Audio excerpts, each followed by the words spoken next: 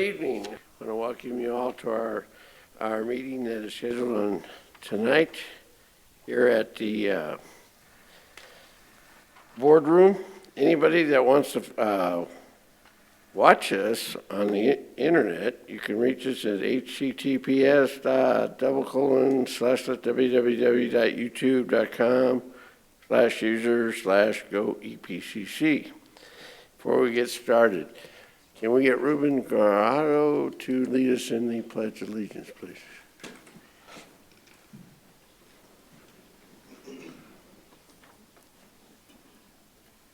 I pledge allegiance to the flag of the United States of America and to the republic for which it stands, one nation, under God, indivisible, with liberty and justice for all.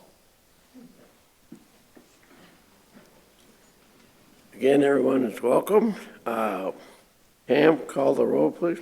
Yes, sir. Mrs. Robles. Present. Dr. Graham. Present. Ms. Naheda. Here. Mr. Haggerty. Here. And Mr. Uxer, Ms. Sanchez, and Ms. Pena are not joining us this evening. Okay. We're going to go down to 1.4.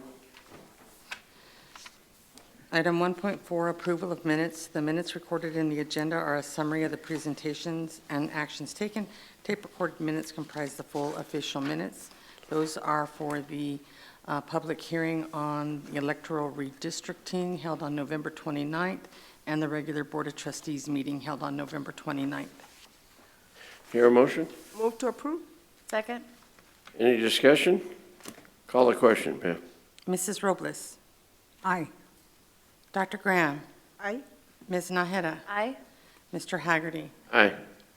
Again, welcome to everyone, guests and staff. 1.6, Pam, do we have any open forum? No, sir. Okay. 1.7. Item 1.7, presentations by individuals, groups, and organizations. Item 1.7.1, Dr. William Serrata, College President, will recognize individuals who have retired from El Paso Community College.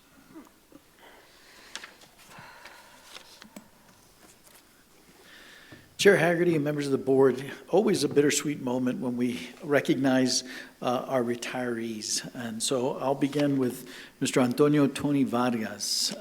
Mr. Vargas, I saw you, if you can join me. He began his IT work experience while serving in the Navy for 6 years. He was a part of the anti-submarine warfare crew, serving 2 years on active duty. He returned to El Paso and completed 2 Bachelor of Business Administration degrees from UTEP, one in General Business and the other in Computer Information Systems. In 2002, he completed a Master of Science degree in Education with a major in Occupational Training and Development from Sol Ross State University.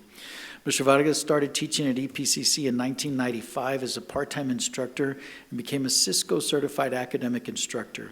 In 1997, he began teaching full-time at EPCC.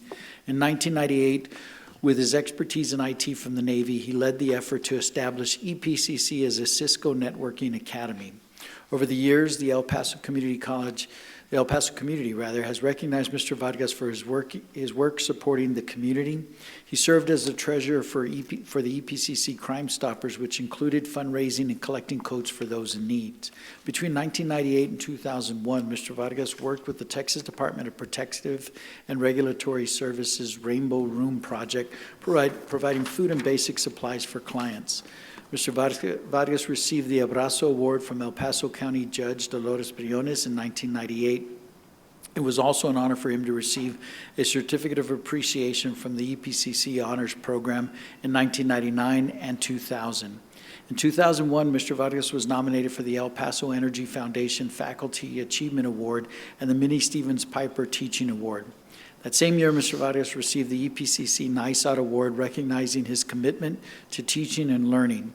Over the years, Mr. Vargas received several Cisco Academy Award recognitions, including the Instructor Excellence Advanced Award in 2019, 2015, 2014, as well as 2013. He also received the 20 Years of Service Award in 2018. He was also recognized for supporting Centro de Salud Familiar La Fe Incorporated and El Puente Community Development Corporation in the Empowerment Zone.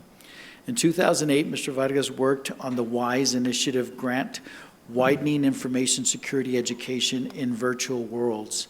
The project included creating a Second Life environment for cybersecurity training.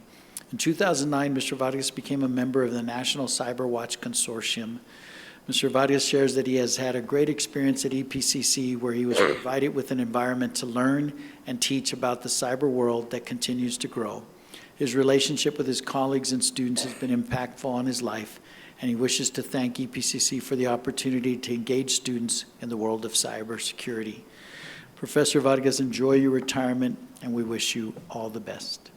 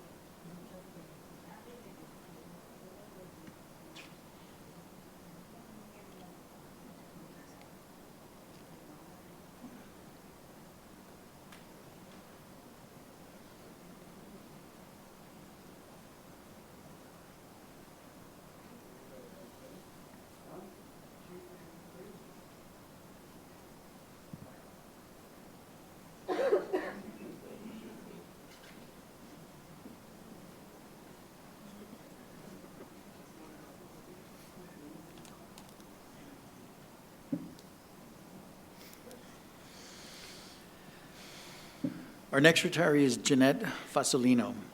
Jeanette Fasolino will retire from El Paso Community College with 34 years of service. Mrs. Fasolino began her career at EPCC as a seasonal part-time employee in April 1988 in the department formerly known as Mail Registration. Soon after, she started a full-time position as a processor in the registrar's office. Over the years, she worked in various capacities in admissions and registration, and in 2009 was promoted to the position of admissions and registration dual credit early college high school specialist. Mrs. Fasolino has been an intricate part of the admissions and registration dual credit and early college high school office, and has also assisted with other activities promoting and supporting student success, such as Operation College Bound. Mrs. Fasolino always took pride in her work and understands the impact that her work will have on our students' future. She also understands the value of education, which is evident in her patience, compassion, and care when working with students. Mrs. Fasolino is a problem solver and always took the extra step to ensure that students and staff were always served to full capacity. Her willingness to put in extra time and effort to help meet deadlines demonstrated a commitment to excellence that we have come to depend on and will be missed by her colleagues and ISD partners. During her tenure at EPCC, she volunteered for various EPCC activities and was awarded the Diamond Award in 2019. Mrs. Fasolino will be dearly missed in the admissions and registration office and the entire college district. Upon her retirement, she's looking forward to spending more time with her husband, Franco, and her two sons, Anthony and Adrian. We wish her all the best as she begins her new journey. Congratulations.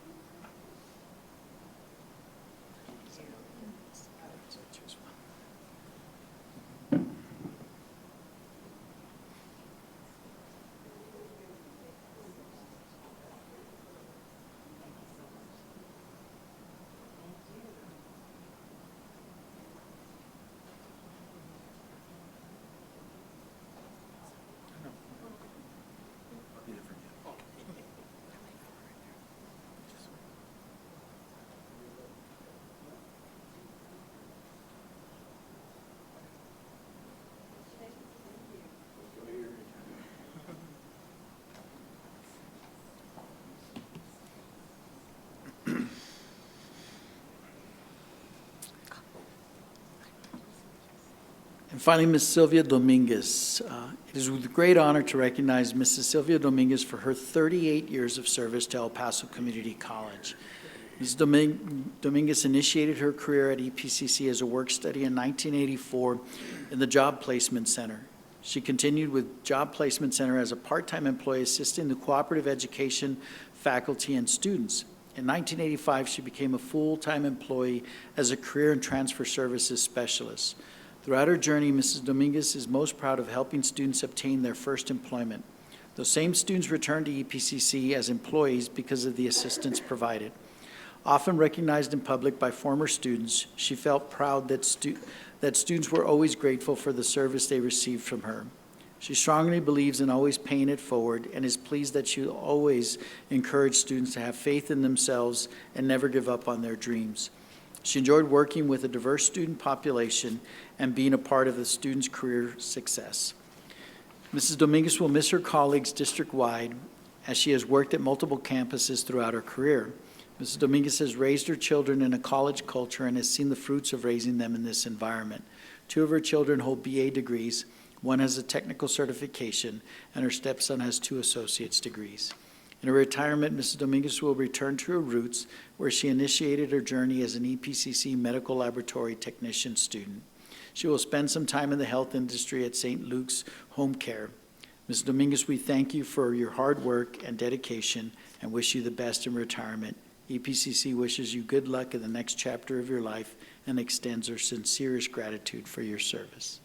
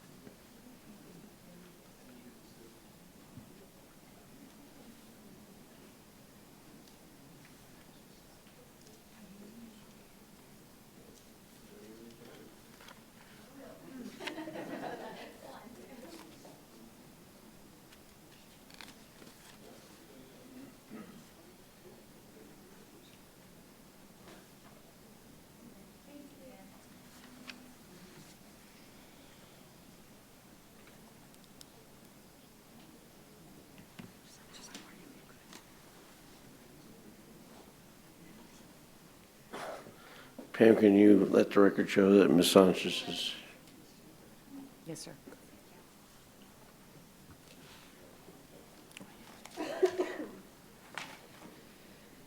Item 1.7.2, Mr. Keith Erickson of the Northeast Rotary Club will make a presentation to the Board of Trustees regarding the Flags for Heroes at the Trans Mountain campus.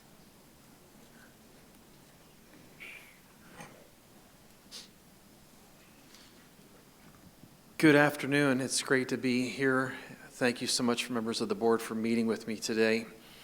I'm Keith Erickson. I'm with the Northeast El Paso Rotary Club, and we have just implemented a new fundraiser called Flags for Heroes.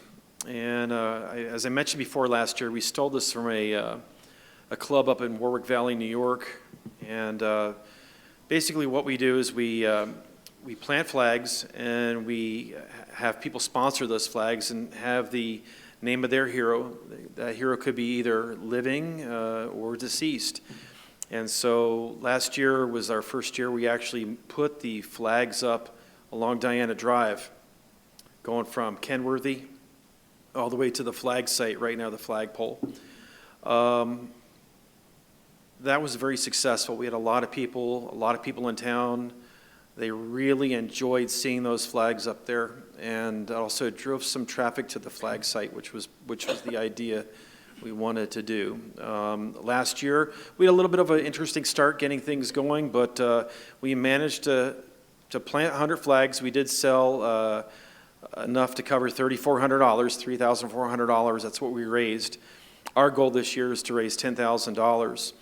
And why do we raise this money is because we give back to the community in Northeast Rotary. It's service above self, and we are looking to give that money to organizations like EPCC, UTEP, the food bank, El Paso One's Fighting Hunger is one of those charities that we donate to. And so without you last year approving this, we don't know where we would be. So, and also deciding this, and coming here and asking you if we could do this again, we also wanted to show our appreciation because you are our heroes over at EPCC at the Trans Mountain campus. So thank you so very much for allowing us to use Diana Drive, the property, and we hope that you find it in your heart to see that we are able to use that property again this year. So thank you. I would like to present this to you. I don't know, how does this work?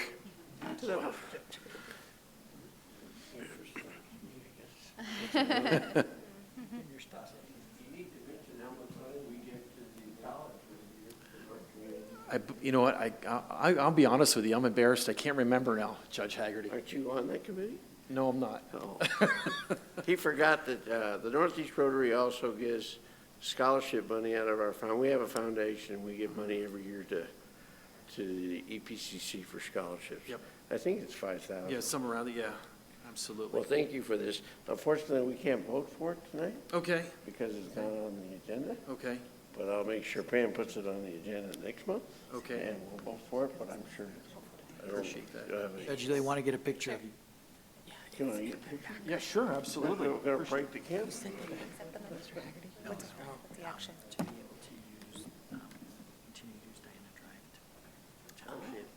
Thank you.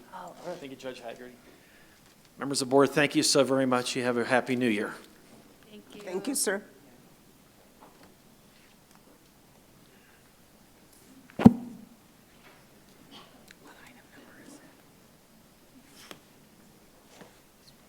Make sure that's on the agenda. That looks nice.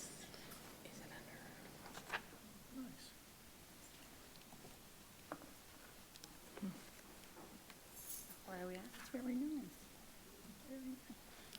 7.3.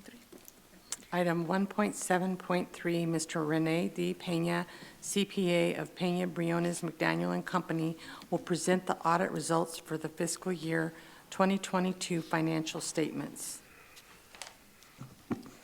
Good afternoon, Board. I'm here to present the audit report for the fiscal year ended. And my first words are congratulations. I mean, quite honestly, it was just a fantastic year. After COVID, seeing how the economy was moving and seeing how the community college, quite honestly, helped out the city, bringing the students back and controlled the finances. I think just the simplest words are congratulations. We conducted our audit, and it was an excellent audit. I'm required to, so you're required to, hear my report. I'll try to keep it short and sweet. What I've done is taken the 90-plus pages and put them down to 15 charts, so I'll keep this rather short and to the point. And again, as I said, I think the first point is, it's very good. As auditors, we're required to, over on the second page, let me move this thing here. As auditors, we're required to identify the audit scope and present it to the board. So that's the reason for my presentation here. Well, what do we do as auditors? Again, I'm required to identify the responsibilities of the auditor so that you don't think that we're doing this or this. What do we do? Well, we're required to test the community college's various responsibilities. We do a control environment, we do a risk environment testing, we test the information and communication, and the monitoring. We see that you all are functioning properly in each one of these areas. So how do we do this? We look at your different activities. We look at the performance reviews. What do your financial statements look like? We look at the information that you produce and the quality of the students and the graduations. We look at the physical control over the assets, and then there's segregation of the duties. So general internal control to see that items are running and you've got a strong fiduciary responsibility on your hand and that you're handling it properly. How do we do this? We test, obviously, the number one item are the financial numbers in accordance with government accounting standards. Do you follow them properly? Or do you have good internal control and compliance? When we issue a report that covers 3 different venues. Number one, are the financial statements properly stated? Do you really have $10 in the bank? Did you really spend $10? And how do you still have fund balance at $10? The other item that we look at is compliance. You received tremendous millions of dollars in grants. Did you comply with those grants? Did you follow the rules and regulations related to it? And this has become just an ever-increasing area, and especially with the COVID money that came out. So much money came out with, quite honestly, limited rules, and then the rules came out, and you had to follow them all. At any rate, we test that compliance also, and then I've said it before, internal control. Did you have adequate and proper internal control to make sure that you did comply with the rules and regulations and that you did follow the government accounting standards? And I can tell you the answer is yes, overall. One of the significant items that occurred in the past year, obviously, was the pandemic. The pandemic had tremendous both financial and psychological effects on our economy and everything, and so I thought we would just briefly touch on that. As a result of the pandemic, what happened? Well, as far as the funding, you can see you had tremendous cash investment increase. As a result of the pandemic, there was a cash investment increase of $21 million to allow you to have your cash position at greater than $255 million. So quite a significant increase, 21 million over the previous year as a result of the COVID funds coming in. Non-operating grant revenues increased by $94 million. $94 million. And that was an $11.5 million increase over the prior year. So significant funds came your way as a result of the COVID, of which you, again, complied with the rules and handled good internal control over. A total of $55 million was received, COVID funds, 29 million of which passed directly through to the students. $8.7 million was a reimbursement to the college for the COVID costs, all the extra costs that you all incurred, and then another $17.4 million due to lost revenue. How much did we lose as a result of COVID? How many students didn't come back? How much increased expenditures did we have? And so those were reverse costs that came back to the college. So all in all, the pandemic funds carried over. There are $22 million of pandemic funds carrying over to the new year. So again, bottom line is you weathered through the pandemic very well. Jumping on, the other, as I call it, gorilla in the cage, we talked about this a year ago, was the pension plan. As you know, back 2015, I believe it was, we came in with new rules and accounting standards, and that hit your bottom line by a tune of $80+ million. Well, it stabilized a little bit over the year, but I still thought I'd cover those expenses for you because they're always in the million, and quite honestly, you don't control this. These are the pension funds and the health insurance funds that are allocated to you based on the population that you have. So the net pension liability, what happened with it? Your overall pension liability decreased by $19 million to $14.6 million, a significant decrease. This was because of the economy, because of the stock market back in 2020 and 2021, when the market was doing very well. As a result of that, your overall portion of the pension liability related to your personnel dropped by $19 million, significant decrease. And that just went directly to your bottom line of your net assets. The deferred outflow and the deferred inflow of resources, those two crazy items that these accountants came in and created a new accounting term for, but they have a direct effect on your net assets.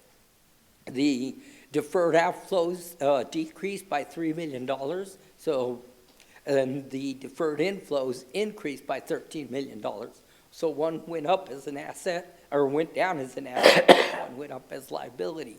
So all in all, what was the bottom line? The total net effect on the statement of net position was a positive $3.2 million when all the dust settled. The discount rate, by the way, we've talked about that, has a significant effect, and the discount rate this past year did remain at 7.25, which is much more realistic than what the discount rate had been in previous years. The other item is basically your OBED, and that's your other than pension costs, and basically that's your health insurance. So what happened with the health insurance? The net liability in that case did increase by $4 million. The deferred outflow decreased by 6, the deferred inflow by 7. Overall, the net effect on the bottom line was a $4.9 million reduction in your total net assets. The discount rate on this was 2.2%, which was a change from the 2.14 in the previous year, just a nominal change. So as I said before, so this one took away 4.9. The pension plan basically added 3.2. So just a net decrease of a little over $1 million in this case. So I call those the three gorillas in the cage that affected you: the COVID, the pension, and the OPED. So once we got through those items, we completed our audit, and based on the completion of audit, we're very happy to say there were no audit adjustments. With the millions of dollars you handled, those auditors couldn't find any adjustments that needed to be recorded. There were no past adjustments, and that's really significant. Usually we'll come and say, oh, this is an immaterial mistake that you made, but we're going to pass on it because it wasn't big enough. We didn't even have those, which means to a large degree, forgive my simple English, the financial reports you're receiving on a monthly, quarterly basis are squeaky clean, and you can rely on them to a level that is just exceptional. You don't have to have, oh my gosh, 6 months ago we thought this was happening, and now we have a correction. So it's a tremendous pat on the back of the accounting department. Excellent work that they do. This year, our government accounting standard boards came out with a couple of new standards. They changed the rules a little bit. You all implemented them, and they had a minor, in fact, the lease adjustment. We had to adjust for leases, and we went through all this rigmarole. It took hours and hours, and the net effect was a $7,000 effect on your bottom line. So again, being able to handle things, changes, and moving forward. Our auditor's final judgment on the financial statements that the college is following the government accounting principles and standard on a monthly basis without exception. The scope, we also have the actual opinion that we gave is an unqualified opinion. There were no material weakness, there were no significant deficiencies, and there were no instances of noncompliance. Bottom line is you get an A+ on all three areas of the audit that we conducted. The Public Investment Funds Act, you are in full compliance with the Public Investment Act. So that's a quick overview of what our thoughts are, our opinion on the audit itself. The next item, this is a one-shot. I didn't want to have to make you go through, again, 80 pages. So on one page, you've got a 5-year history here. And again, I'll just briefly, if you don't mind, touch on some of the items. Looking at your total assets, jumping from $424 million all the way up to $560 million. $100+ million increase in a little 5-year period. Your total liabilities have remained very consistent. That means your operations, your overall control operations have been consistent. But your net position, that's the capital position, these are the funds you have control of, have more than doubled from $1.7 million all the way to $226 million increase in this short 5-year period. And as you can see, an increase from $192 million to $226 million in just the 1-year period. How did this occur? Well, your total operation revenues are moving back up, $29,900,000 compared to $29,052,000 last year. But still, again, due to COVID, I'll say, you can see that back in 2019, before COVID, we were at 135 million. I'm sorry, reading the wrong line there. 36 million compared to the 29 million. Our non-operating revenues this year at 203 million compared to 159 just 5 years ago. So overall, our total revenue is at 233 million compared to 5 years ago of $196 million. Significant growth, significant increase, and all handling it basically perfectly. The unrestricted expenditures this year down compared to the previous years at 117, compared to last year at 121, and 5 years ago of 124. Our total expenditures at 199 compared to 188 million last year and 181 5 years ago. All this allowed you net change in for-profit accounting, that's called the profit. You all had a net change in increase of $34 million added to the bottom line this year. That's on top of the 63 last year, the 8 the year before, 12, and a negative 54 back, mostly due to the pension plan back in 2018. So the significant growth year after year and the retention of funds have allowed you to have a fund balance as you're sitting today of the $226 million. Just to emphasize the growth on the net assets, you can see by this quick little graph how quickly and strong it has grown. Jumping on the next graph again, this, I won't go into each one of these numbers, a little bit too detailed, but again, I think it's a good reflection of the overall strength. How did we get here? This is our revenue. Well, for you all to take home and read on your own, you can see where did the revenue increase and decrease.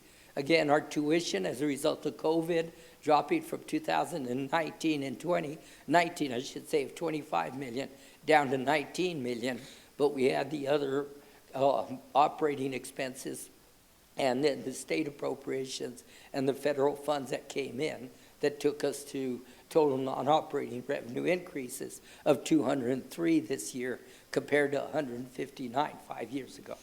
The bottom line is the COVID funds and the outside donation contributions significantly impacted it. And the graph on the bottom just shows the two items. Number one, your total operating revenues compared to the total operating expenses. And if I can move on, that's your revenues by sources. There it is. And here's the detail of your expenditures. Well, how did we spend our money? And again, with the reduction in students, we went from the 65 million down to 60 million in instructions and on down the line, for total operating expenses of $193 million this year compared to $176 million 5 years ago. The total non-operating expenses only at $5 million and being consistent there. And then the rest of the graphs are just illustrations. What's our faculty, how many are full-time and part-time. And the last part is just thank you. We thank you for the honor of serving you and producing the audit report for you all. And again, it was, in my opinion, an excellent audit report for you all. Are there any questions? We're okay, is what you're telling us. I think you're okay. I'm going to say you're better than okay, sir, if you don't mind. Okay, you've been here for so long. I was just gonna ask you, how do you look, how do you keep yourself looking so young? I'm feeling older. You've How's been here that? as long as I have. If I ever used to look like that, why am I here? Good, clean living. How's I don't have an answer for you, in other words. Thank you, Mr. Payne. Thank you very much. We appreciate service. Thank you, sir.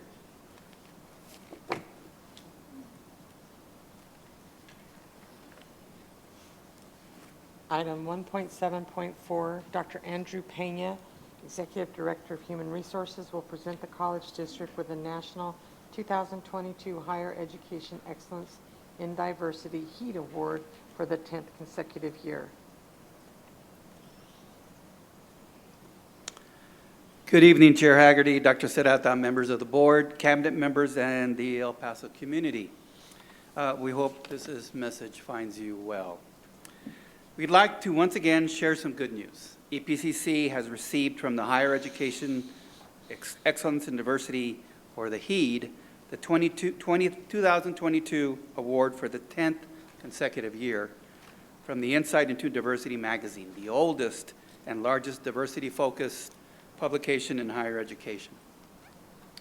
As a recipient of the annual HEAD Award, a national honor recognizing U.S. colleges and universities that demonstrate outstanding commitment to diversity and inclusion, we are honored and humbled that this year we've received it again.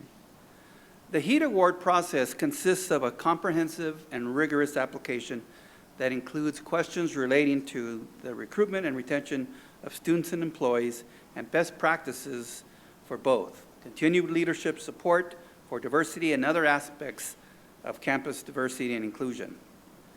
I'd like to quote Ms. Leonore Perlstein, who's the publisher of Insight into Diversity. It says, quote, "We take a detailed approach to reviewing each application and deciding who will be named a HEAD Award recipient. Our standards are high, and we look for institutions where diversity and inclusion are woven into the work being done every day across the campus." So I'd like to thank our committee members, Ms. Josette Shaughnessy, our Vice President for Finance and Administrative Operations, Mr. Lee Vasquez from our Diversity and Inclusion Office, Ms. Luz de los Reyes, also from the Diversity and Inclusion Office, Mr. Arturo Gonzalez from Institutional Research, Dr. Carol Kay from Institutional Research, Ms. Denise Shermer from Institutional Research, and finally, Mr. Albert Yanez from Human Resources. And lastly, a very special thank you for the many others who provided their input and in our efforts in receiving the 2022 HEAD Award application and plaque. And we are grateful for their assistance.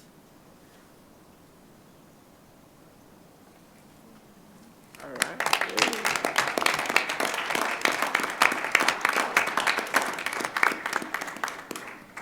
10 of those are hanging in your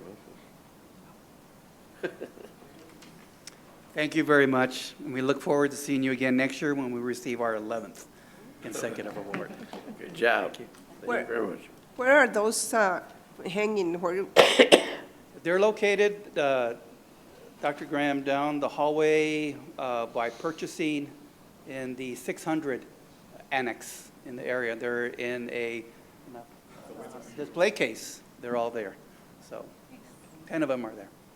You may need another hallway. We keep it up. Yes, ma'am. So thank you very much. Congratulations. We're very proud of the accomplishments. Thank you.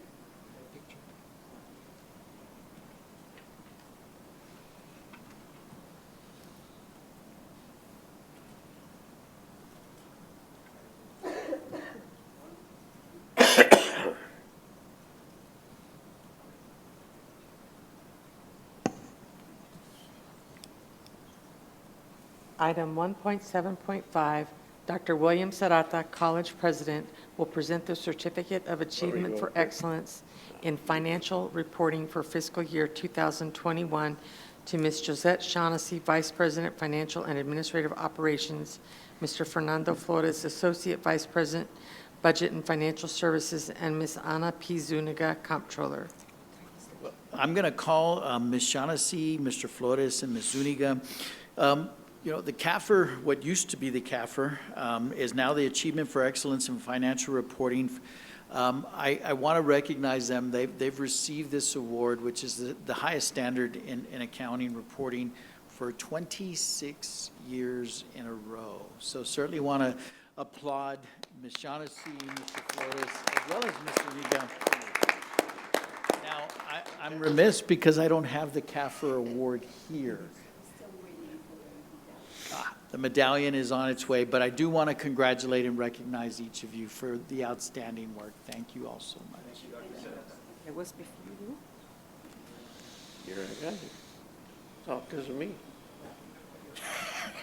Judge says that it was all because of him, because that's when he got here many years ago. Well, you blame me for everything that goes wrong. That's true.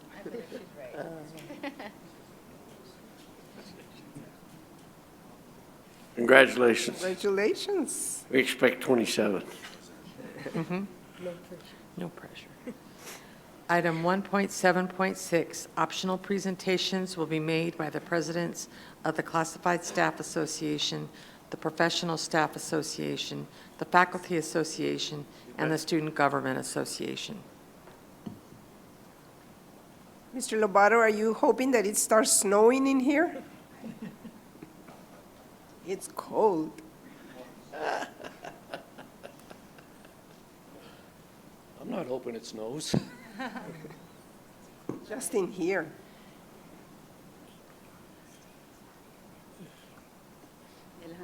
Members of the board, Mr. President, vice presidents, deans, guests in the room, guests out there in TV land. Are we on YouTube today? Out there in YouTube. Missing all the TV cameras.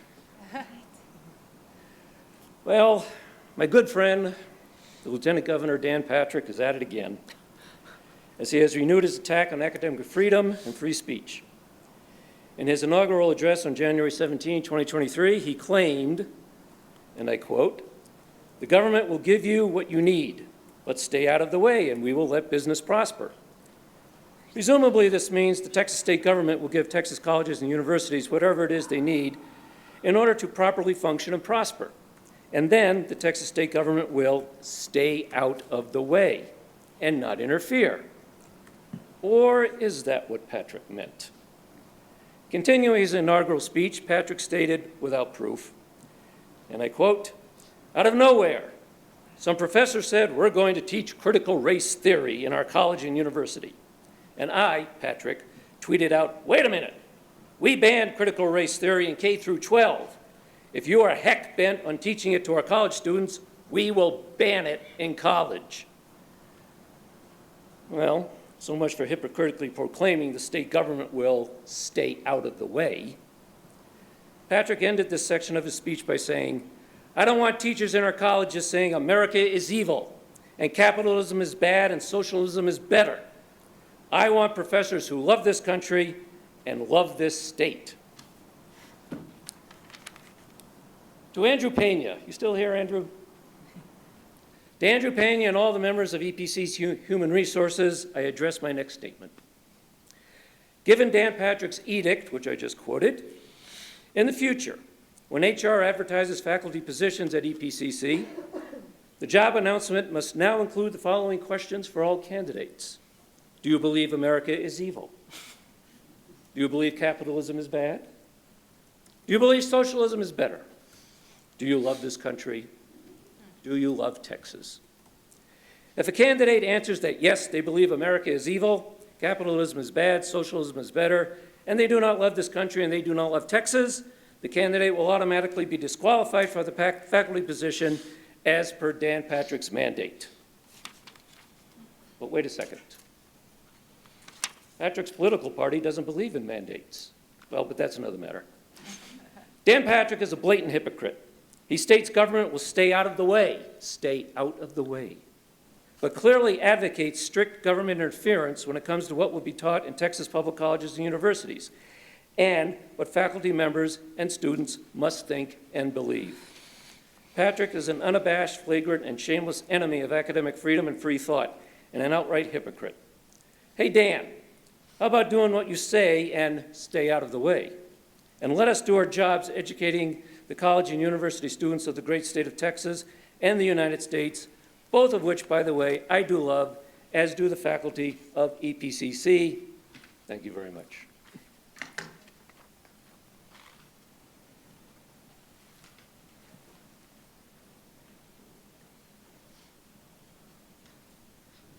No students.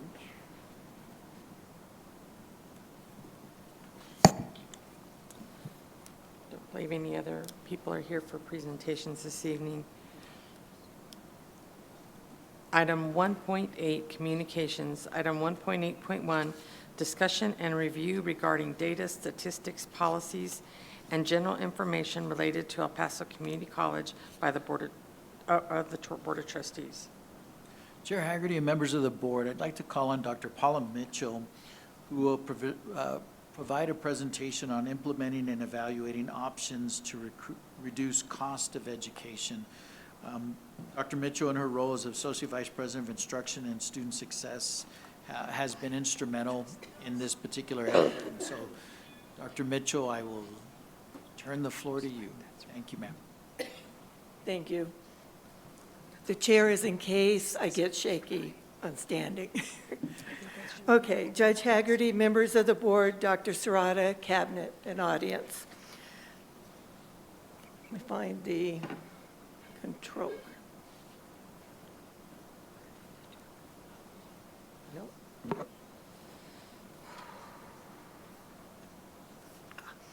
Tonight, I'm pleased to be able to share with you some information about various cost-saving options that reduce the cost of education for our students. First, my objectives. Tonight, I'm going to discuss implementation of open educational resources, OER, provide an update on the pilot and expansion status of first-day adoption, and discuss some other cost savings programs already in place. First, I want to share with you some statistics. Nationally, the average cost of textbooks is $105, with a range of $80 to $400, and a cost increase of about 12% every new edition.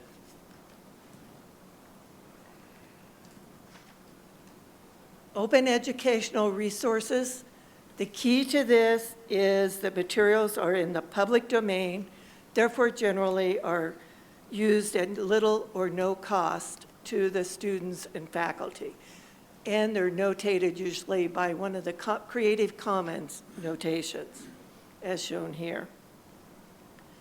At EPCC, open educational resources started in 2017 with a grant from Achieving the Dream. EPCC was a part of a Texas consortium with Alamo, Austin, and San Jacinto. We developed 25 courses in 3 years and implemented them. And we also reviewed those developed by other schools. We have 2 major vendors, Lumen, which was the one we started using under the grant. They maintain a database which allows easier retrieval of the open source materials. Under the grant, we paid $20 per student. And as you know, you increased that at their request to $25 last year. Digitex, the Digital Higher Education Consortium of Texas, is operated through the coordinating board with Acadium to provide a repository. The coordinating board had grants last year to faculty to develop courses. And that because they paid for the development of those courses cost $0 because they're also paying Acadium to operate that. This, I know you can't read the whole thing real quick, but one of the recent additions was we worked on developing timelines to improve identification of the OER courses before registration and to tag the courses for registration. So you can see it goes across the entire year. We also are looking at outcomes. I've worked with IT and IR to be able to track various outcomes, such as those listed on the slide, and I will review some of that data with you. This busy slide shows a snapshot by academic year of enrollment at census date and at the end of the semester showing completion. In blue is the total enrollment and completion across the years from 2017 to current. Partial data for this year is at the bottom of the slide. I won't read all of that to you to save time. Also on this chart are some illustrations of grade distribution across the timeframe of 2017 to 2022. And this slide is OER specific. So the total enrollment is at the top and the overall success rate, A, B, or C, is 77%. This one shows the non-OER success rate across the college for the same 5-year period at 78%. And these are Power BI slides. Its cost savings based on our overall enrollment and using the national average textbook is $80 per student, with total estimated cost savings across all OER students over the 5 years at over $2 million. Any questions on OER before I go to first day adoption? What courses does that cover? Pardon? What courses are covered? All of them? It is determined by the faculty who work with the materials to develop it. We have lots of courses every semester. On that original chart at the back, it had the number of courses offered each year. And I've got a list of disciplines I can share with you if you want. Thank you. Okay, our newest option is first day adoption. And these are electronic course materials that are accessible on the first day of class. In other words, electronic textbooks, which therefore are at a reduced rate. Students do have an opt-out clause, but they can't find them cheaper anywhere else. And it is included on their registration fee, so it makes it easier to the students.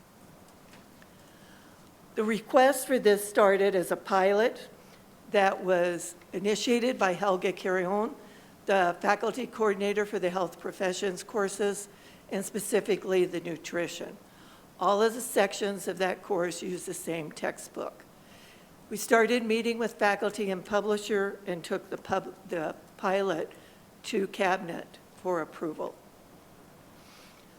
As we worked on this, we found it's not as simple as that. It involved all of the departments across the college in some way or another. And rather than list all the individuals, I'm listing all the departments because there's multiple individuals from each one. We also had to develop some timelines for developing this as well, as you can see on this chart. And we finally got it all together to look at doing expansion in this spring semester. Some enrollment data and outcomes. We have, over the period of 2018 to fall of 22, when we only had HECO, 1322, we had a total of 4,196 students take this course, and we had an 87% success rate, as you see there. In spring, we've expanded, and we have 2,762 students enrolled. These are the Power BI slides showing the success rate. This was provided by Barnes & Noble for last spring regarding some of the financial data for that one semester. And this summarizes the total cost savings. Per course, for that one course, it was $58, and for all students, $224,000, nearly $225,000.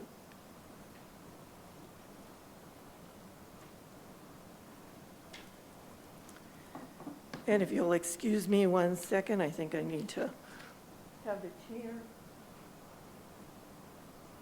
so I don't lose my balance. We're fine with you sitting down. Pardon? We're fine with you sitting down the whole time. I was trying to see how long I had improved on my standing, Dr. Graham. I've been going to physical therapy, so. All right. Okay, cost savings for spring of 2023. We expanded, as I mentioned, and this chart shows the various courses that the faculty were able to pull together to start offering the first day adoption in spring. And of course, they had to have that again in August in order to get it into the schedule and into Banner. And you can see the cost of the first day adoption per course on that slide, which is significantly cheaper than the regular textbook. Until the courses are over this semester and enrollment has been finalized, I won't have all of the data on the outcomes of first day adoption for spring 2023.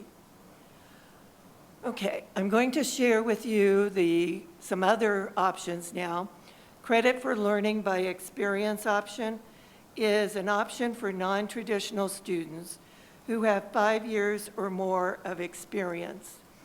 And they create a portfolio by following certain steps, which are then evaluated by faculty.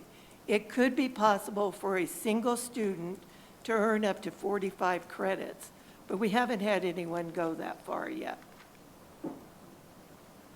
These are the programs that are most commonly used currently for CLEO. Other courses could be approved if the faculty members approve as well.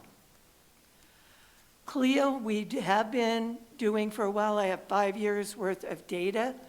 We only had 34 students over those 5 years with 351 credit hours earned, and the majority of those were in fire tech, information technology, and child development. Cost savings as an average, because textbooks vary per discipline, using fall 22 figures, which is $95, which is originally was $55 plus tuition for a 2-credit course. And the board approved that change last year for implementation. Courses vary from 1 to 4 credit hours, so projected savings are $21 to $369 per student. So using our statistics of how many students, the total cost saved could be from $7,371 to $129,519. I would like to do some more analysis of this, but we don't have the data readily available to assess, so we'll continue working on that. High school articulation agreements are separate from the dual credit early college high school that we hear about from Dean Badillo, and actually started several years ago before either one of those were implemented. These are courses taught by high school faculty. Credit is awarded upon graduation, not upon course completion, and the students have to petition to get that credit. We still do have a few students getting high school articulated credit rather than dual credit. And this shows our 5-year totals here from 2017 to 2022 of 1,106 credit hours and 84 students. A lot of these are from the Isleta Vocational Nursing Program in conjunction with our VN program. Cost savings for articulation are approximately $1,527 per student. So this is another area we do need to do more analysis in as well. Some other non-traditional credit areas are some external exams that are available. These include college entrance board, college level examination program, advanced placement program, Dante's, and some department exams. Tracking on these also needs to be worked on so that we can figure cost savings. One more, non-traditional credit based on state or national certification or licensure. In all of these programs, someone who already has a current valid state or national certification or license can receive credit based upon a written plan developed by deans and by the faculty member. So this is an area, although it's in the student transcripts, we don't really have any data tracking on, so I can't calculate at this time the cost savings. But it can vary from one course to multiple courses, depending on the program. And that finishes my overview of cost savings and some of our new programs. Do you have any questions or recommendations? No, but I do know that's one of the major expenses for a college education is the books. Correct, that's why we're working on it. I paid in 1974 $84 for an art book, and I never opened the book. Right. It was ridiculous. We can tell. I They're was more taking- expensive I was now, taking Judge. accounting, and they made me take art. That was the other thing I was upset about. Right, yes. Had to be well-rounded, Dr. Grant. I do have a question, like, how long does it take the faculty to, when you start working on one, how long is the process? For them to Start develop a to- course or to decide on a textbook? Both, to the Okay. beginning, to start developing it, to when it's adopted and ready to go? Yes, once they've decided and their dean has concurred in their discipline that they want to develop an OER class for a specific program, they contact me and we create a development contract for OER, and it's generally for one semester, perhaps 2 semesters. Then they can implement it as soon as it gets into the schedule. So the schedule's developed in advance, like identifying the first day adoption had to be in August to get the programming all done for the October 1st registration. So depending on the semester they develop it, then the implementation follows right along. For adopting a textbook or adopting the first day adoption, the discipline votes every year or 2 and analyzes if they want to change the textbook. They make a determination, and it varies depending on the discipline and how many new or changed textbooks there are for them to review. It may take several months, or they may just take a few months. But we do have timelines and deadlines for identifying that for each semester. And does the final approval, is that made by the college, or do you have to send it somewhere else?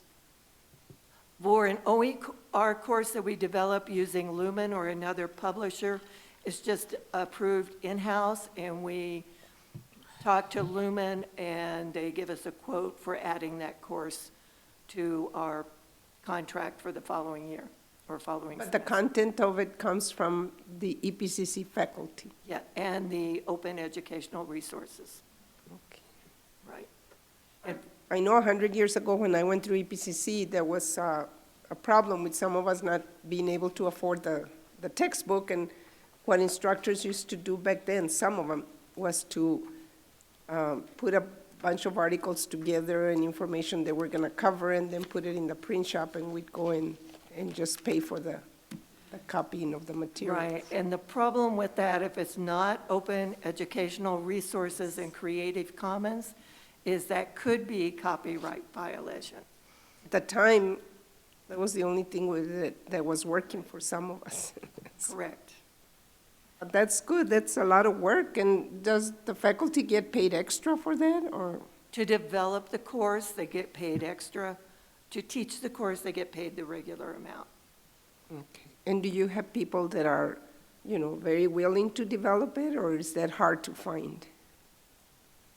We could expand the number of OER courses if faculty were in a discipline were willing to support the concept. But some faculty are still using published textbooks as their primary source. So it does depend on the discipline and what materials are available. And is And there open- is there a recommendation as to what we could do to incentivize people? I'm sure it's about more money, but would that be Yeah, something that we need more to money, and we also are looking at going to work with the marketing department to improve our marketing on all of these non-traditional programs. And hopefully, as the demand from students rises, faculty will also follow. And I don't know that faculty are all aware of the cost of their textbooks and how much money students can save by using these various options. So we do some presentations during faculty development regarding these as well. Is any of this development of coursework considered when a faculty is going to request tenure? Yes, one of the items on tenure does ask if you've developed or done a major course revision during your probationary period. Okay. Thank you. That's very good information, ma'am. Thank you. Thank you, Doctor. Thank you. Sorry, I didn't make it the whole time. You're good. Item 1.9, Board of Trustees business. Item 1.9.1, discussion and take action to authorize the president or his designee to execute a limited license agreement between the college and Rotary International District 5520 regarding the installation of certain American flag displays on the Trans Mountain campus. Move to approve? Second? Any discussion? Call a question. Give me 1 second. Can you call the question for me? Where's my list? Mrs. Robles. Aye. Ms. Sanchez. Aye. Dr. Graham. Aye. Ms. Nahida. Aye. Mr. Haggerty. Abstain, because I'm a member of that club. I don't want to have any kind of, it's for everybody's information. 1.9.2, So item 1.9.2, discussion and take appropriate action on an election order calling for an election to be held on May 6, 2023 for the following single-member electoral districts, Districts 1 and 2. If you'll look in your agenda, 1 and 7, I'm sorry. If you look in your agenda, the election order begins on page 26, and attached to that are the locations for early voting that'll be taking place. These were designated by the county. The hours and dates for early voting will begin, I believe, on April the 20, trying to get through all these pages. April the 23rd? The 24th. 24th? Yes, okay. Begin on Monday, April 24th, and they'll run through Monday, May the 1st. There's different hours on the weekend for those days. There is one day on a weekend, April the 29th, for Saturday voting from 12 to 5. And on May 1st and May 2nd, those locations will be open from 7 a.m. to 7 p.m. If you have any other questions about the order, I will try to answer those. Motion to approve? Second? any discussion? Yes, sir. Okay, call a question. Mrs. Robles. Aye. Ms. Sanchez. Aye. Dr. Graham. Aye. Ms. Nahida. Aye. Mr. Haggerty. Aye. Item 1.9.3, discussion and take appropriate action on authorizing the execution of a contract between the college and the County of El Paso, Texas, in an amount not to exceed $240,000. Have a motion? Motion made? Have a second? Okay, we have a motion and a second. Any discussion? Call a question. Mrs. Robles. Aye. Ms. Sanchez. I abstain. I provide legal services to the Elections Department. Dr. Graham. Aye. Ms. Nahida. Aye. Mr. Haggerty. Aye. Item 1.9.4, discussion and action to approve the interlocal governmental agreement for joint election between the college and El Paso Independent School District. Move to approve. Second. Any discussion? Call the question? Mrs. Robles? Aye. Ms. Sanchez? Aye. Dr. Graham? Aye. Ms. Naheda? Aye. Mr. Haggerty? Aye. Item, 1.9.5. yeah, jumped out of it. Item 1.9.5, discussion and action to approve the interlocal government agreement for joint election between the college and Socorro Independent School District. Motion to approve. Second. Any discussion? Call the question? Mrs. Robles? Aye. Ms. Sanchez? Aye. Dr. Graham? Abstain. I work for the Socorro School District. Ms. Naheda? Aye. Mr. Haggerty? Aye. Item 1.9.6, discussion and take possible action on the adoption of a resolution in support of the Texas Commission on Community College Finances recommendations to the 88th Texas Legislature. Move to approve. Second. Any discussion? Call the question? Mrs. Robles? Aye. Ms. Sanchez? Aye. Dr. Graham? Aye. Ms. Naheda? Aye. Mr. Haggerty? Aye. I think 1.9.7 through 1.9.2 and 10 will be, we'll discuss in executive session, right, Council? Just 1.9.7 and 0.8. 0.8. We can do 1.9 and 1.10. That's correct. So which ones can we take action on right now? 9 and 10. 9 and 10. Okay, 1.9.9. Item 1.9.9, discussion and take possible action regarding redistricting community outreach. Move to approve. Second. Any discussion? Yeah, I have some questions, Judge. What is it? Yeah, go ahead. Yes, I okay. have questions too. You have questions I don't too, know what okay. it is. Yeah, exactly. So I just wanted some clarification in terms of what the outreach is. So I'm assuming, and I think this, I sent an email to Dr. Serrata a couple of weeks ago asking what the plan was in terms of informing the public affected by the precinct changes, how we were going to let them know. My suggestion was following up with either a postcard or a mailer, both in English and in Spanish, to notify only those affected households that would be impacted by those change of lines. And so I know, for example, other governmental entities that had precinct changes did that as well, in an effort, again, just to educate the public of what those changes are. I think it's timely, just because we're on the heels of an election coming up soon. So if they need to figure out who their new representative will be, this is the time to do it. So that was the thought behind that. And so second point to that would be just in terms of how many, if yet we've identified, how many of those affected households there are because of the precinct line changes for those two districts. Well, I guess for all the districts. And then two, the total budget that you all may need in order to do this. Yes, ma'am, Ms. Sanchez, if I'm not mistaken, we're looking at a budget of approximately $25,000 to be able to provide information. We're going to follow what the county did. We're going to provide postcards both in English and Spanish to provide to those respective areas. I do not know offhand what the amount of households that are impacted yet. So the action today is to approve that plan, to send it out to those individuals.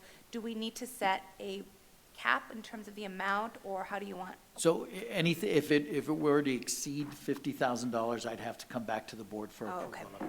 Okay. I do not anticipate it exceeding $50,000.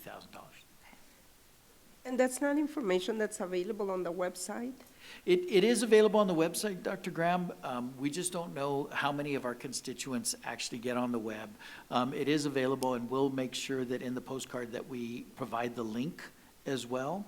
But this is really just to give them information on the possibility that their lines may have changed. We're going to begin with districts 1 and 7, but we'll do it for the entire college board of trustee lines. All at once, or before every election? We'll do 1 and 7 definitely, given the fact that those are the ones that are up for election. But I think it'd be in our best interest to let them all know if we're able to get them done in a timely fashion. And just, this is a policy decision, so we can choose not to do it. We could choose to do it. I believe City of El Paso chose not to inform the public. The County of El Paso did.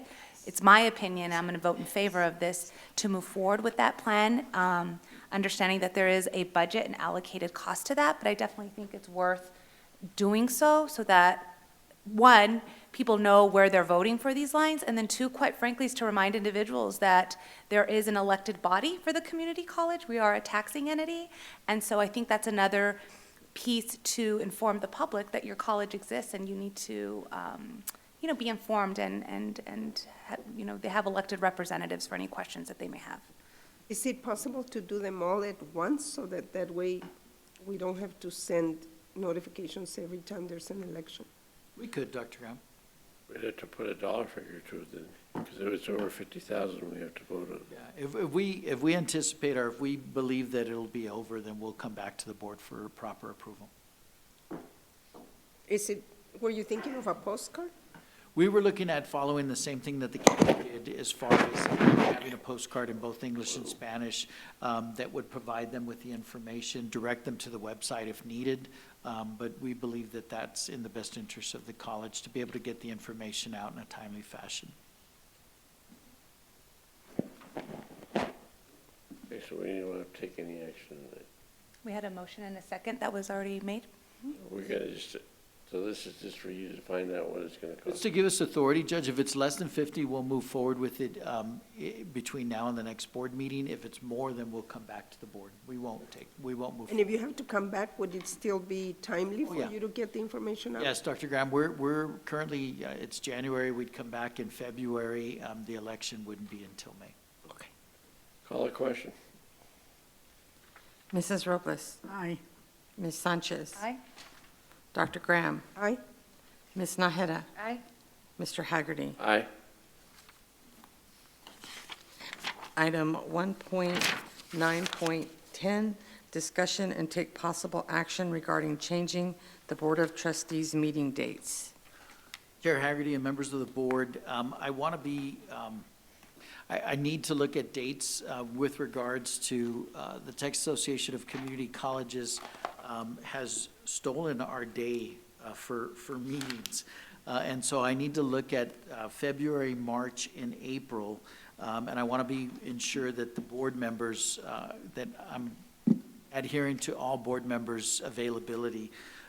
Working with Pam, we identified, we're currently scheduled for Wednesday, February the 22nd. We're looking at, and then Judge Haggerty and Mrs. Robles will be with me in Austin for the Board of Trustees Institute.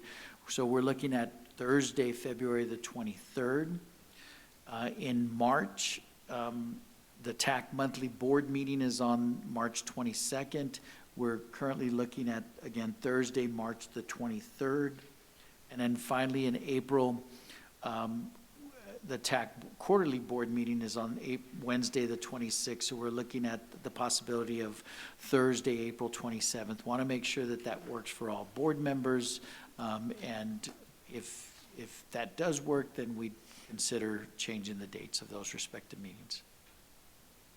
Just the date, not the time? Correct, Dr. Graham. I'm okay with those. They're all Thursdays?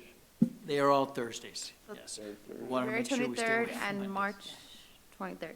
Yes, ma'am. February 23rd, March 23rd, April 27th. April 27th, okay. Have a motion? I make a motion to change, do y'all need a minute to check your calendars? No, No, you're good? Okay, I'd make a motion to change the board meeting dates to Thursday, February the 23rd, regular time, 4:30, Thursday, March the 23rd at 4:30, and on Thursday, April the 27th at 4:30. Second. Any discussion? Call a question. Mrs. Robles? Aye. Ms. Sanchez? Aye? Dr. Graham? Aye. Ms. Naheda? Aye. Mr. Haggerty? Aye.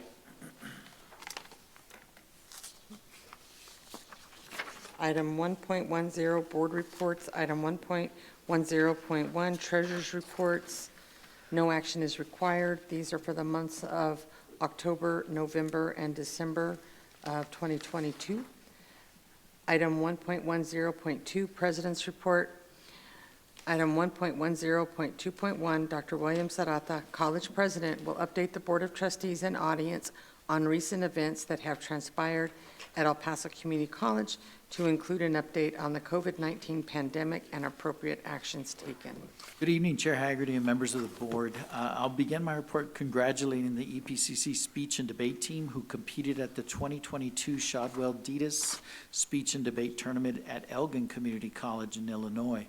Along with many individual awards, the team also brought back a few sweepstakes trophies. Congratulations to the speech and debate team for this great accomplishment.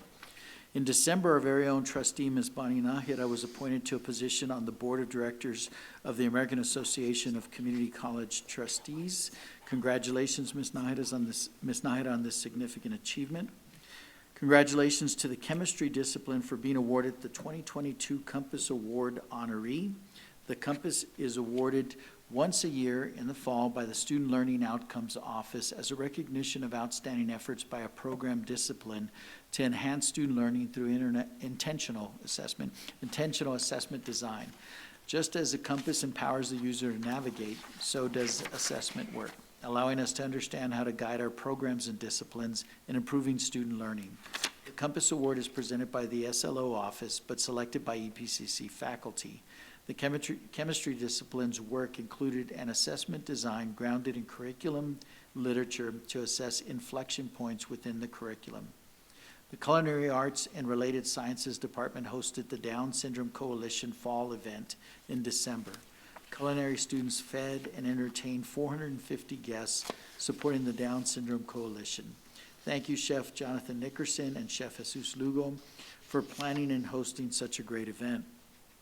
EPCC hosted the Fall 2022 Counseling Institute with 125 attendees. Ms. Elizabeth Vargas and Ms. Cynthia Martinez from the Tenet Health and the Hospitals of Providence provided information regarding the allied health job market.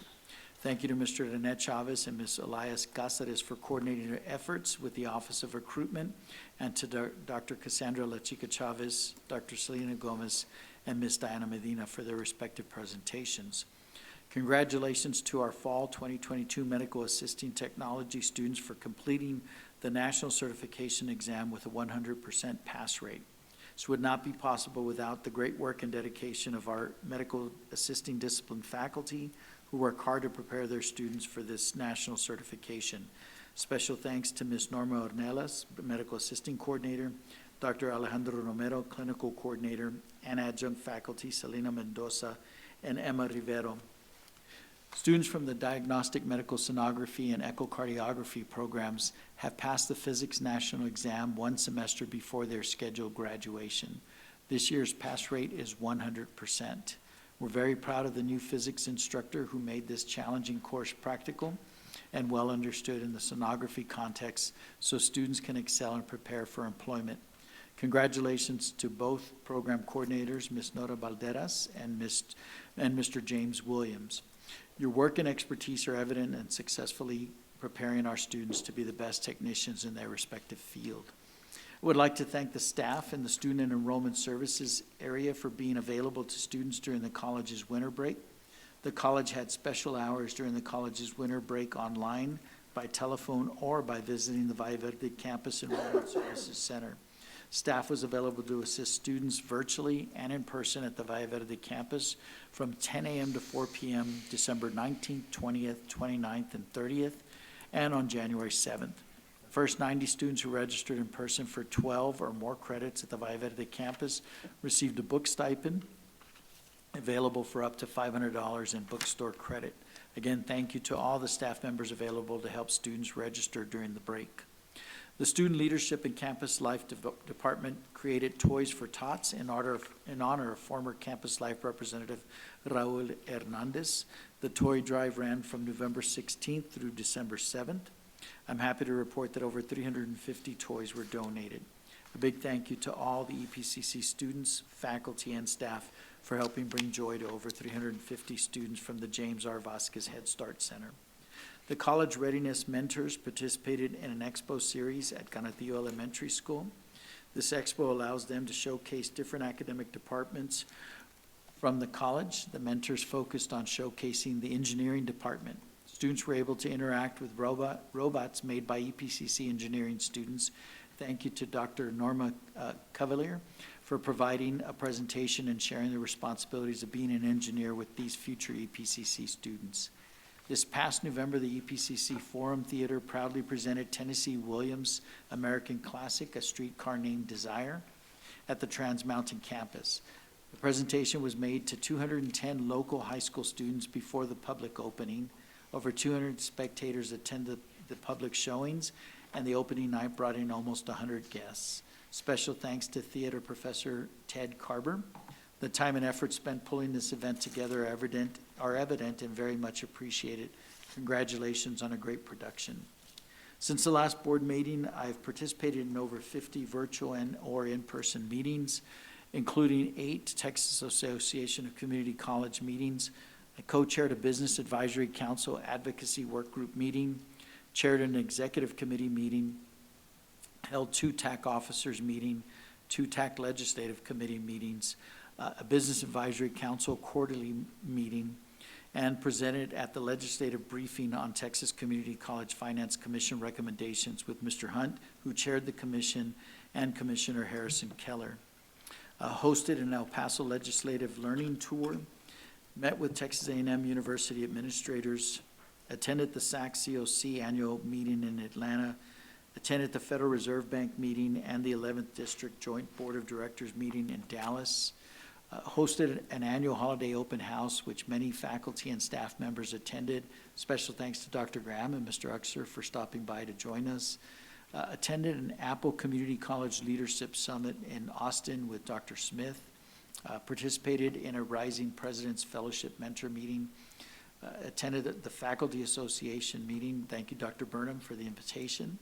Participated in the annual exit conference with our external auditors.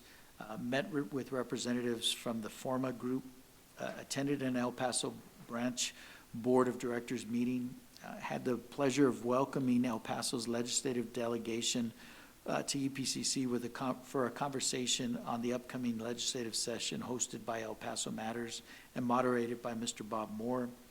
And I participated in a panel discussion with Representative Lino Ortega and the El Paso Education and healthcare leaders for a discussion on the importance of filling nursing and healthcare professional workforce needs in the El Paso region and statewide. Representative Ortega discussed the need for strong educational pipelines from K through 12 education to 2-year and 4-year institutions to create a robust pipeline for highly trained healthcare professionals to serve communities in the region.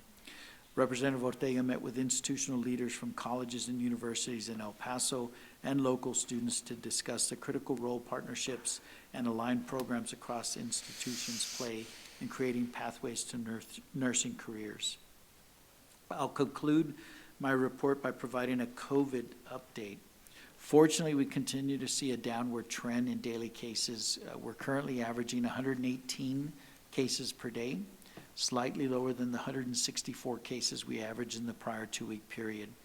We currently stand at about 84.7% of our population age 5 or older fully vaccinated and 99.9% of our population having received their first vaccination. The 7-day average hospitalization rate is now reported daily. It currently stands at 4%. To summarize, our daily cases continue to see a downward trajectory, currently averaging 118 per day. The most significant metric is the 7-day average hospitalization rate, which currently stands at 4%. The benchmark for this rate is 15%. We will adjust accordingly if we approach 15% in our community. My recommendation is that we continue in phase 4 of our return to campus plan, which we have been in since Monday, August 15th. As a reminder, phase 4 of our return to campus plan has the college operating at full capacity. We will continue to monitor the data and keep the Board of Trustees informed of any recommended changes for your consideration. I'm happy to answer any questions or concerns that the board may have. No questions? Thank you, Doctor. Okay. Item 1.11, consent docket. There are no items on the consent docket. Item 2, administration, no action is required. 2.1, 14 TASB legal policies for information only as part of localized manual update 44. Item 2.24, TASB local policies for first reading and information only as part of localized manual update 44. And item 2.3, DEC local TASB policy for first reading and information only as part of local manual update 42. Section 3, personnel, item 3.1, discussion and action to approve full-time staff and faculty recruited in positions funded by the institutional budget. Move to approve. Second. Any discussion? Call the question? Mrs. Robles. Aye. Ms. Sanchez. Aye. Dr. Graham. Aye. Ms. Naheda. Aye. Mr. Haggerty. Aye. Item 3.2, discussion and action to approve full-time staff and faculty recruited in positions funded by grants and/or contracts. None. Item 3.3, information items, resignations and retirements. No action is required. Section 4, financial services. There are no items. Section 5, physical facilities. Item 5.1, discussion and action on the approval of a contract with Carl Daniel Architects to provide architectural services for new elevators at the Valle Verde campus in an amount not to exceed $187,670. Move to approve? Second. Any discussion? Call the question? Mrs. Robles. Aye. Ms. Sanchez. Aye. Dr. Graham. Aye. Ms. Naheda. Aye. Mr. Haggerty. Aye. Section 6, curriculum and instructions. Item 6.1, discussion and action on the approval of a contract with D2L Limited for the competency-based education pathway development project in an amount not to exceed $893,190. Move to approve. Second. Any discussion? Call the question? Mrs. Robles. Aye. Ms. Sanchez. Aye. Dr. Graham. Aye. Ms. Naheda. Aye. Mr. Haggerty. Aye. Item 6.2, discussion and action on the approval to purchase a video maker space equipment for the Valle Verde Technology Resource Center from AV Concepts and Security, LLC, in the amount of $109,643. Move to approve 6.2 and 6.3. Second. Can you read 6.3, Pam? Yes, sir. Item 6.3, discussion and action on the approval to purchase 14 Miller Multimatic 255 multi-process welding machines from W.W. Granger Incorporated in the amount of $73,867. Have any discussion on those two items? Call the question, Pam? Mrs. Robles. Aye. Ms. Sanchez. Aye. Dr. Graham. Aye. Ms. Naheda. Aye. Mr. Haggerty. Aye.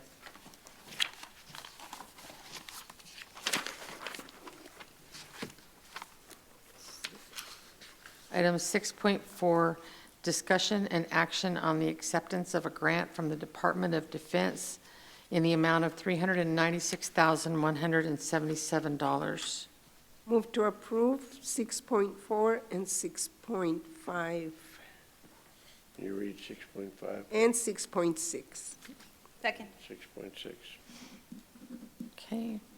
Item 6.5, discussion and action on the acceptance of the Texas Higher Education Coordinating Board Student Success Acceleration Program Implementation Grant in the amount of $250,000. And item 6.6, discussion and action on the acceptance of a grant from the City of El Paso in the amount of $37,000. You seconded it, Ms. Sanchez? I did, yes. Here we have a motion and a second. Any discussion? Chair Haggerty, I'd love to give Dr. Smith an opportunity to recognize those that have worked on the grants. Certainly. Thank you, Dr. Serrata. Once again, you see kind of a plethora of opportunity here at the institution and for our students. I do want to point out that the first couple of items were expenditure items based on grants that you have previously approved, and now you're seeing the fruition of those grants. And so we look forward to the competency-based education initiatives that we've got going on. And then the expenditures from the marathon grant that we received some time back, which was really an incredible joint operation between the foundation, the Advanced Technology Center, and EPCC. So I do want to recognize AVP Blaine Primozic. He's in the audience for that. Dolores Gross, who's in the audience, I believe, as well as Dr. Olga Valerio for the opportunities that they're giving our students in those areas, as well as Bob Elliott for, of course, working on all of these grants. Now, for the grants that we just received, Ms. Sandra Lujan, who reports directly to Dr. Mitchell, who you just saw presenting, is doing amazing work with our first alert, or our early alert system. And this is just one more grant out of many that they've got to make sure that not only are our first year students being served, but we're rolling that out with this new grant to all students being served through those grant opportunities. And then the Contract Opportunity Center, most of you are aware of the great work that they do as far as getting local vendors and citizens in the region the opportunity to work with federal and state contracts. And one of these days we'll give you some great information about how much impact they have in the local community. But we've got Mr. Pablo Armendariz and again AVP Blaine Primozic in the audience. So thank you to all of those folks. Well, thank you all. Keep up the good work. We love grants. We love monies. Good up. Thank you all. Here we have a motion and a second on 6.4, 6.5, 6.6. Any discussion on those items? Call the question, Pam. Mrs. Robles. Aye. Ms. Sanchez. Aye.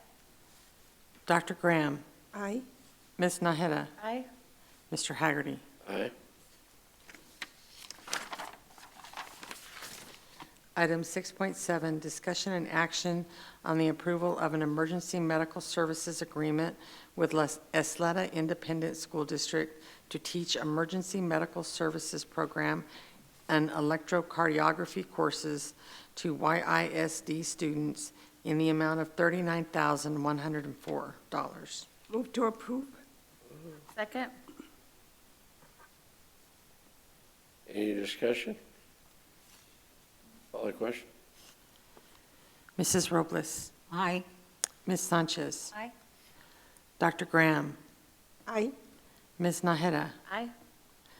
Mr. Haggerty. Aye.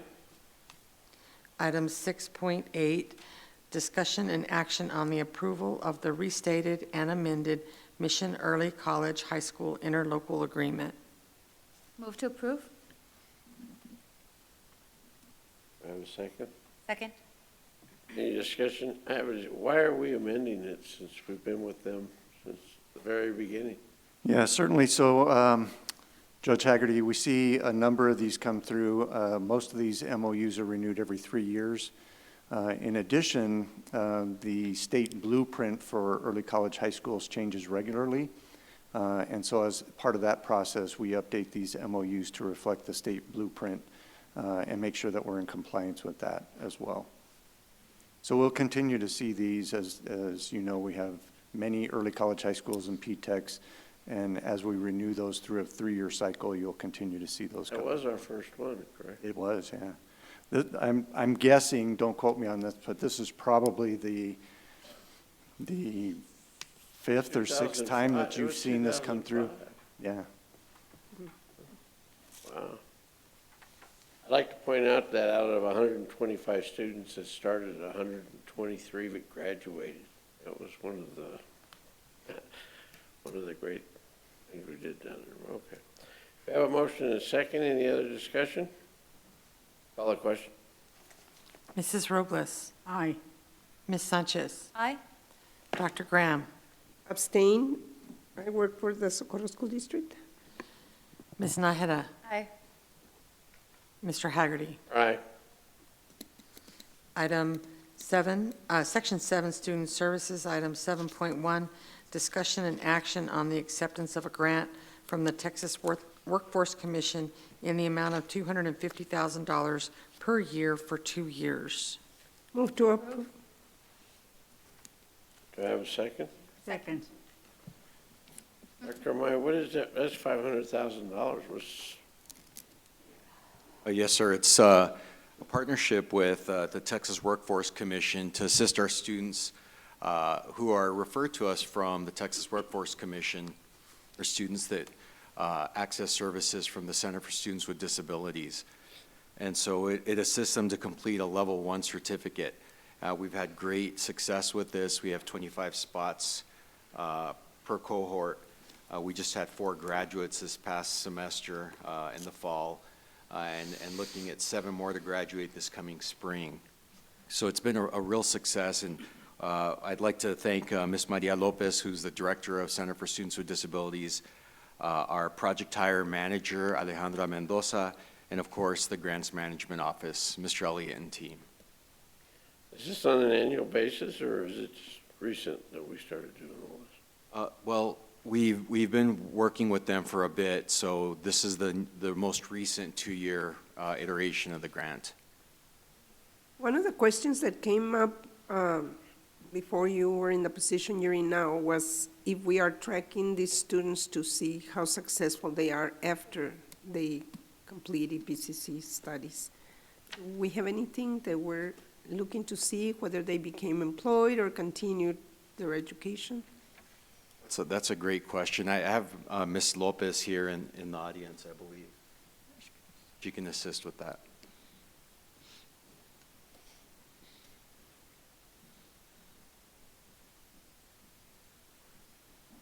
Maybe that's another presentation we could do later on, sir, to see how many students we've put through the program and how successful they have been. Good evening, board members, cabinet, Dr. Serrata, Maria Lopez. I am the Director of Center for Students with Disabilities. We don't track employment because after they graduate from here, they continue working with the Texas workforce.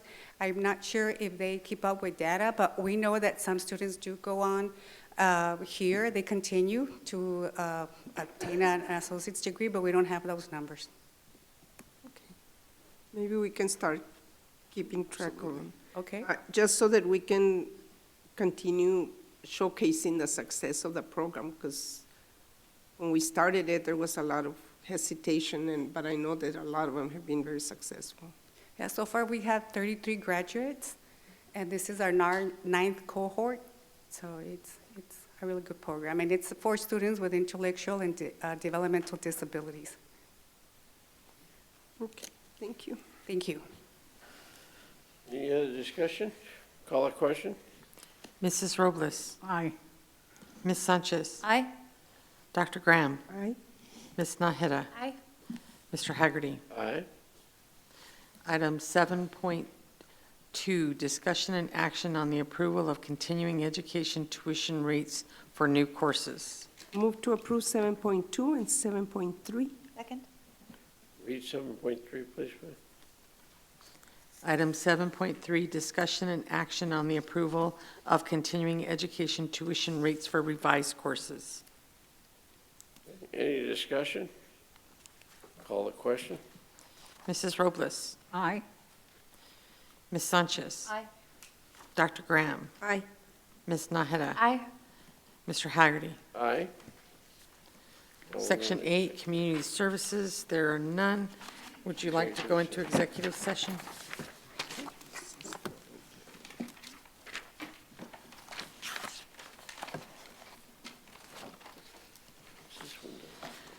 The Board of Trustees may conduct an executive or closed session pursuant to Chapter 551 of the Texas Government Code for one or more of the following reasons: consultation with its attorney to seek or receive legal advice, or consultation regarding pending or contemplated litigation, or for any purpose authorized by law, discussion about the value or transfer of real property, discussion about a prospective gift or donation, consideration of specific personnel matters, discussion about security personnel or devices, or discussion of certain economic development matters. The board may also announce that it will go into executive session on any item listed on this agenda if the subject matter is permitted for a closed session by provisions of Chapter 551 of the Texas Government Code. Any vote regarding these items shall be taken in open session. Item 1.3.1, discussion with legal counsel regarding pending litigation styled Joseph Barragan versus El Paso County Community College District in the 168th Judicial District Court of El Paso County, Texas, cause number 2020 DCV 1141, pursuant to Section 551.071 of the Texas Government Code. Item 1.3.2, discussion with legal counsel regarding the possible contract termination of an employee in the physical plant department pursuant to Section 551.074 of the Texas Government Code. Item 1.3.3, discussion with legal counsel regarding a charitable grant to the college from the National Philanthropic Trust pursuant to Section 551.073 of the Texas Government Code.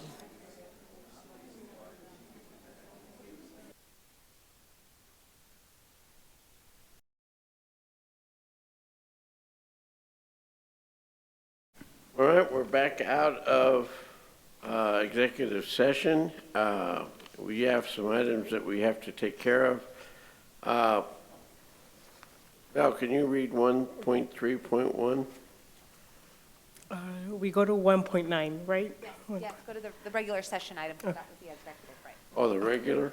Yes, sir, so it's 1.9. 9.7? Yes, 1.9.7, discussion and take possible action regarding pending litigation styled Joseph Barragan versus El Paso County Community College District in the 168th Judicial District Court of El Paso County, Texas, cause number 2020 DCV 1141.